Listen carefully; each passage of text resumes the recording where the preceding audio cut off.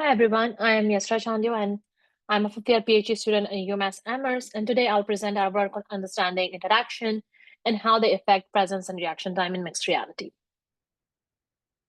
Mixed reality applications are expanding beyond the initial leisure or fun application. The rich connection between the physical and virtual world effect offered by mixed reality makes it an ideal technology for safety-critical applications such as surgery, construction, search and rescue.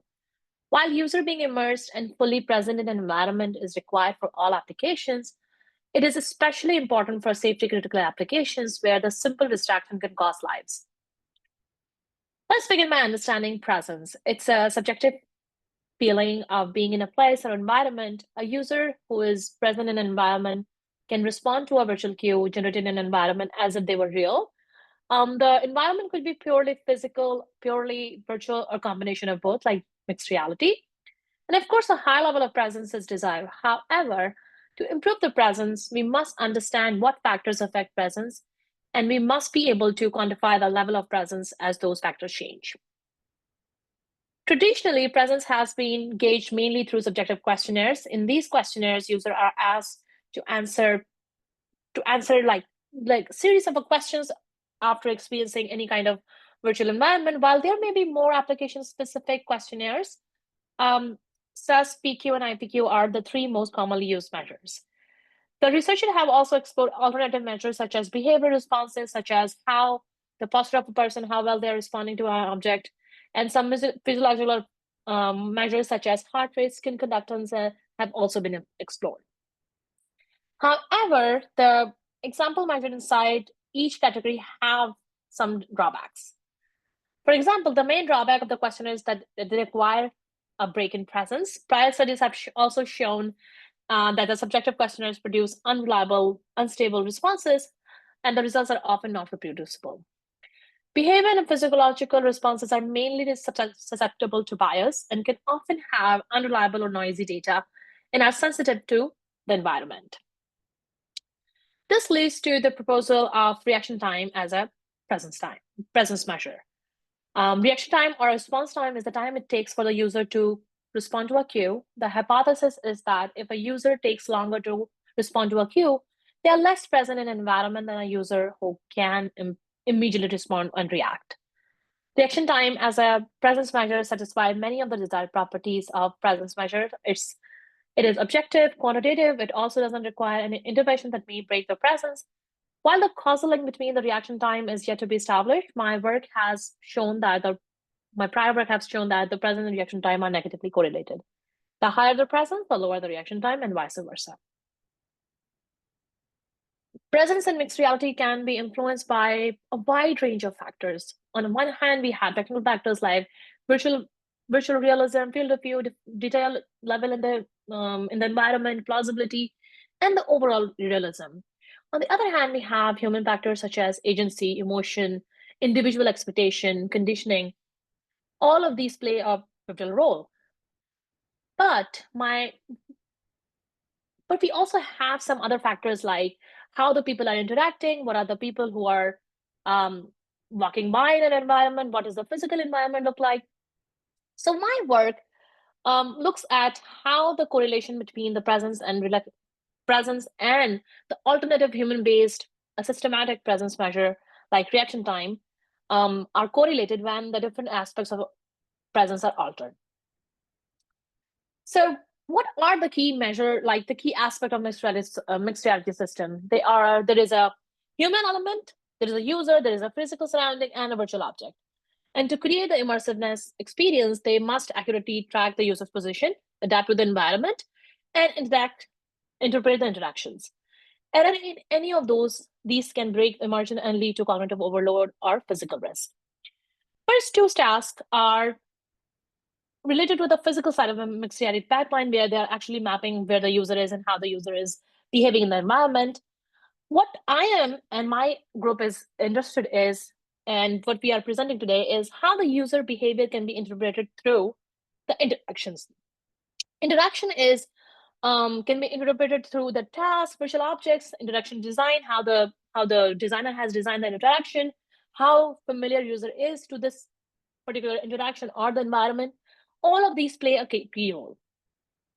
So the major question that we asked today is how the interaction reveals the user behavior in mixed reality environment, and if this actually there is any relationship between the interaction and the experience at all. This is a really big question. So to anchor our research, we ask a question: how does the interaction relate to presence and our reaction time measure? In this, what we would look is interaction being the fundamental service in the mixed reality environment, how these elements of the interaction impact the user experience like presence, and is it possible that we are able to measure presence through the reaction time even when we are changing the interaction? So what we so by now we know the interaction is the fundamental component of mixed reality experience. The presence and reaction time are correlated by my research, and we know the factors that affect presence. What we are going to learn in today's talk is how what are the factors that affect reaction time, and what are the dependencies in interaction that we can use to actually look at this correlation between presence and reaction time through the lens of interaction. So like presence, we also have reaction time that is dependent on a lot of factors. There are many common shared factors like human factors, like how fast the user is behaving in a certain environment, if they're familiar to it, how real is the environment to the user that they are actually be able to understand it quickly and be able to make the interaction. And there are some factors which are, some part of it is coming from the human, that the interaction has to be done by the human, but how the interaction is designed, is it one-handed, is it two-handed, how easy it is, how familiar it is all depend on the design of the system. And that is what we are going to study today. To understand that interaction, we have multiple ways that we could have designed this experiment, but we knew that there were some drawbacks in all of them. Some were technology dependent, some did not have any intervention points that we can actually evaluate presence, and some were not generalizable at all. So we chose a mode of interaction, means direct or symbolic, which means that either the interaction is completely natural, which is very familiar to the user, or very abstract, which is not familiar to the user. And because we have to manipulate the interaction through some sort of task, because interaction alone cannot be interpreted. So we combine it with two types of tasks: manipulation and selection. Manipulation is the task which is continuous. We are dragging something. Selection is like, it is very discrete. You just click and it's done. So these are the two factors we combine to study the interaction and the role of its role in presence and reaction time correlation. So putting it all together, what we know is that the interaction is dependent on the task, and the interaction itself may or may not affect presence, but we know for sure that if the task is designed such that if it's an elaborate task, it will impact reaction time. If it's a smaller task, the user would be quicker, and we know that from the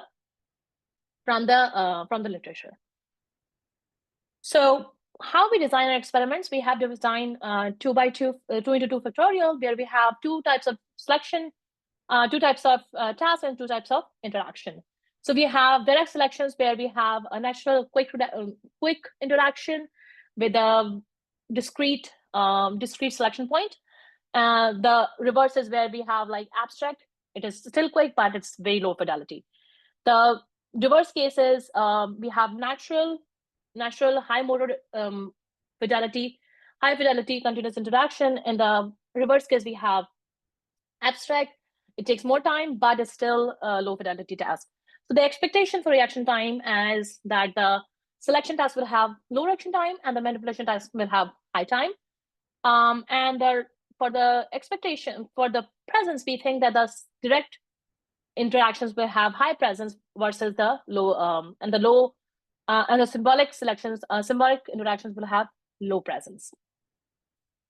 So we designed two different tasks. One was manipulation task and one was selection. In manipulation task, we had a box that was dragged by both hands. In the symbolic interaction, we had a hook that was that the user was supposed to manipulate. In the selection type, we have a bubble popping where you, in the direct interaction, the user was supposed to do it by a click. In the symbolic interaction, we ask the user to actually use the air tap and then do the interaction. In our study, we followed a standard operating procedure. We had 50 users, and we did within subjective study.